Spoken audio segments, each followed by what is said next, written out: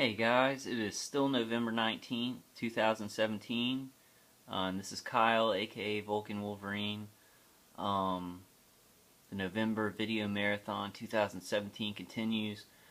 I'm going to do some more information about V2K, and this video, I know I'm about to show another YouTube video on a YouTube video, but it just seems like just such an informative video. The guy who does this is a targeted individual who did this video, and he talks about the Fry effect. So I'm going to show this, and then I'm going to kind of go on with some more information that I found about voice to skull, or the microwave auditory effect. Biophysicist at GE's Advanced Electronics Center, Cornell University, Dr. Alan Fry, a biophysicist at GE's Advanced Electronics Center, Cornell University, and a contractor for the Office of Naval Research, discovered in 1958 that the auditory system responds to electromagnetic energy in a portion of the radio frequency spectrum at low power densities, well below that necessary for biological damage. The human auditory system and a table radio, he said, may be one order of magnitude apart in sensitivity in a portion of the radio frequency spectrum. Fry proposed stimulating the nervous system without the damage caused by electrodes. He wrote 2 papers, Microwave Auditory Effect and the Applications, and Human Auditory Response to Modulated Electromagnetic Energy. Dr. Fry's work had obvious implications for covert operations. He synchronized pulse microwaves with the myocardial rhythm of a frog's heart. The heart stopped beating. Dr. Fry had perfected the induction of heart seizures by beamed electromagnetics. He microwaved cats and found that stimulation of the hypothalamus had a powerful effect on emotions. Fry found that human subjects exposed to 1310 MHz to 2982 MHz microwaves at average power densities of 0.4 to 2 milliwatts per cubic centimeter perceived auditory sounds. The peak power densities were on the order of 200 to 300 milliwatts per cubic centimeter, and the pulse repetition frequencies varied from 200 to 400 Hz. Dr. Fry referred to this auditory phenomenon as RF, or radio frequency sound. The sensation occurred instantaneously at average incident power densities well below that necessary for known biological damage, and appeared to originate from within or near the back of the head. Fry was reluctant to experiment on humans, but others, particularly paperclip scientists, were not. Dr. Ross Addy worked at UCLA and rigged the brains of lab animals to transmit to a radio receiver which shot back signals to a device that sparked any behavior desired by the researcher. Dr. Addy worked closely with émigré Nazi scientists after World War II. Addy determined that emotional states and behavior can be remotely influenced merely by placing a subject in an electromagnetic field. By directing a carrier frequency to stimulate the brain and using amplitude modulation to shape the wave to mimic a desired EEG frequency, he was able to impose a 4.5 CPS theta rhythm on his subjects and put them to sleep. Dr. Joseph Sharp and Alan Fry experimented with microwaves seeking to transmit spoken words directly into the audio cortex via a pulsed microwave analog of the speaker's sound vibration. Indeed, Fry's work in this field, dating back to 1960, gave rise to the so-called Fry effect, which is now more commonly referred to as microwave hearing. Within the Pentagon, this ability is known as artificial telepathy. Addy and others have compiled an entire library of frequencies and pulsation rates which can affect the mind and nervous system.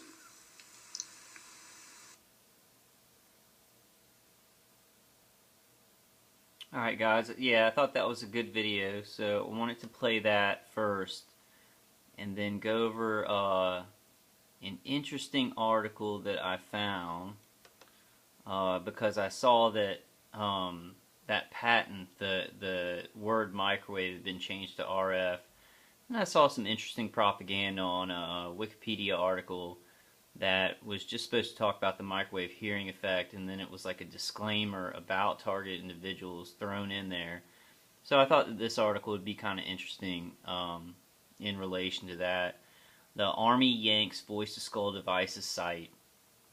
And this is the picture that was shown on the video. So it says, remember this was doable in 1974. Microwave hearing was able to be produced in 1974. How silent converted to voice hypnosis can be transmitted using a voice frequency modulator to generate the voice, then pulsed microwave voice to skull for distance and cover. Timing of each microwave pulse is controlled by each downslope crossing of the voice wave. Sharp's original 1974 method. Okay, so I want to just read this. It's a short article. The Army's very strange webpage on voice-to-skull weapons has been removed. It was strange it was there, and it's even stranger it's gone. If you Google it, you'll see the entry for voice-to-skull device, but if you click on the website, the link is dead.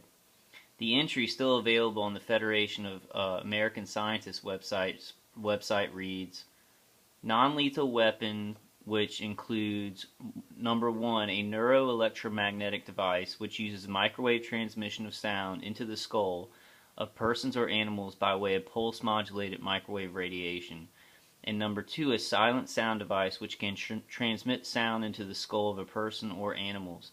Note, the sound modulation may be voice or audio subliminal messages. One application of V2K is used as an electronic scarecrow to frighten birds in the vicinity of airports. And that's something I kind of wanted to talk to TIs about. The sound modulation may be voice or audio subliminal messages. I think that they can do the inner voice trick where you will actually experience something in your own inner voice, but it's not yours. It's actually basically a frequency being sent. I think that one way they can do it is actually subliminal V2K. So it's like I'm getting full auditory V2K where I can actually hear the voices like from a certain direction, but I think that they can do it at a certain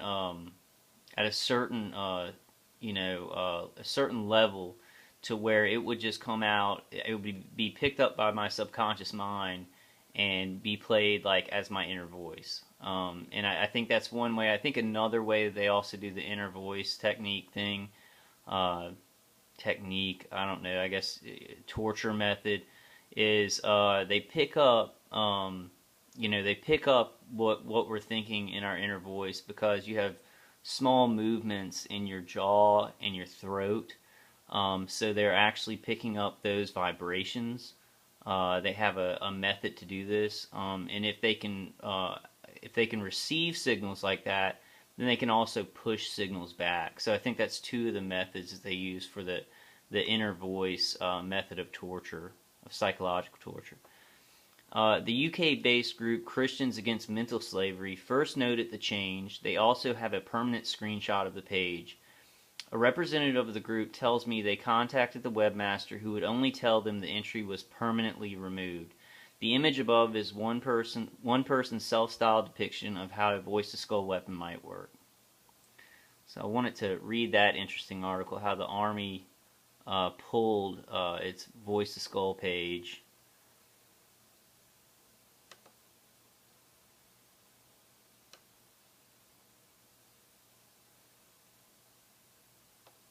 And that is very, very interesting, because they are, the military-industrial complex, and a lot of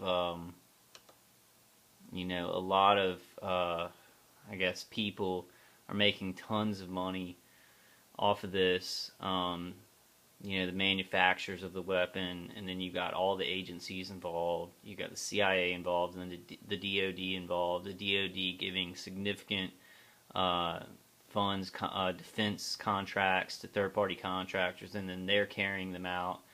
So it's just like MK Ultra had a bunch of front companies to do the dirty work, hired out by the CIA. So the DoD is giving defense contracts to basically these front companies or third-party contractors like Arcadis, the Harris Corporation, Kratos. There's probably hundreds of them in the U.S. alone, and then who knows? I mean, hundreds and hundreds around the world. And this is an interesting article. I know you can't see it, so I'm just going to read it. It's a pretty long article, and I think I'm just going to read the whole thing.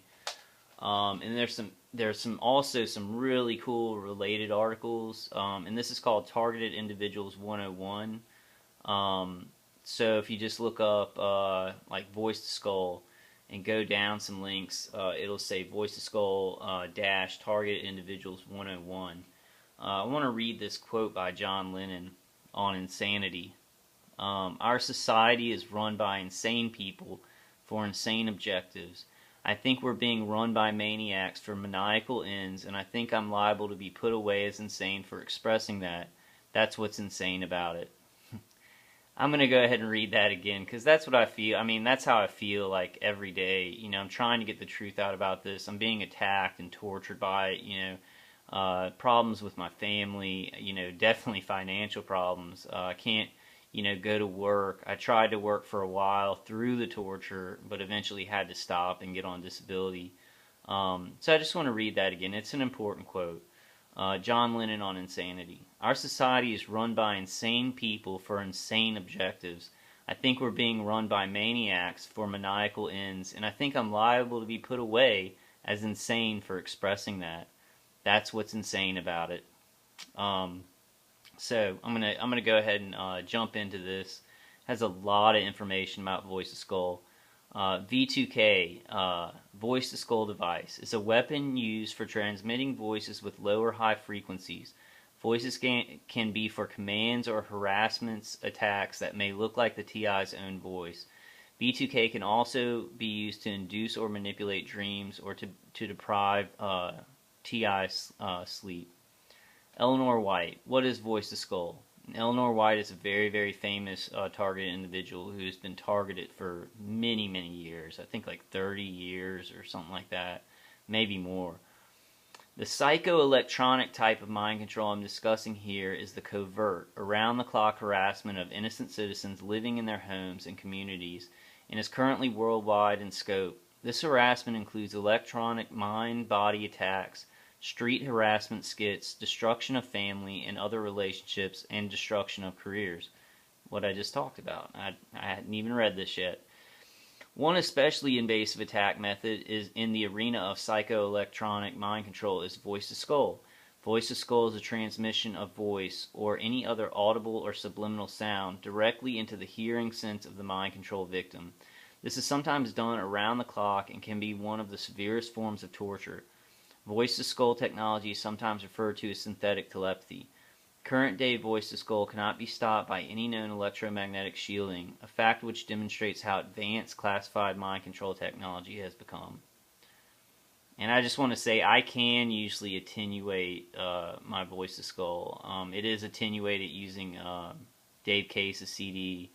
I also put small neodymium magnets around my ears. Like I get stuff with with a little pocket near the ear, and I'll put the like 3 20-pound pull neodymium magnets on each side, and it does actually attenuate some of the Voice to Skull, but not all of it, not 100%. So, okay, the listener needs to know that at least one method of Voice to Skull transmission using microwave pulses, much like radar, is not particularly new. During World War II, technicians working in the path of energized radar antennas discovered they could hear a buzz, seeming to originate inside their skulls. This buzz was being caused by the train of very short pulses of microwave signal, each pulse causing a single click.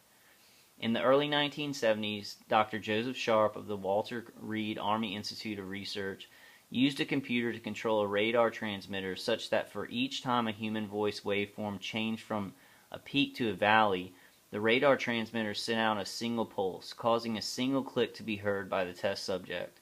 Because these clicks were timed according to the human voice waveform, The test subject heard a voice, rather than a string of clicks. This has not been pursued, at least publicly,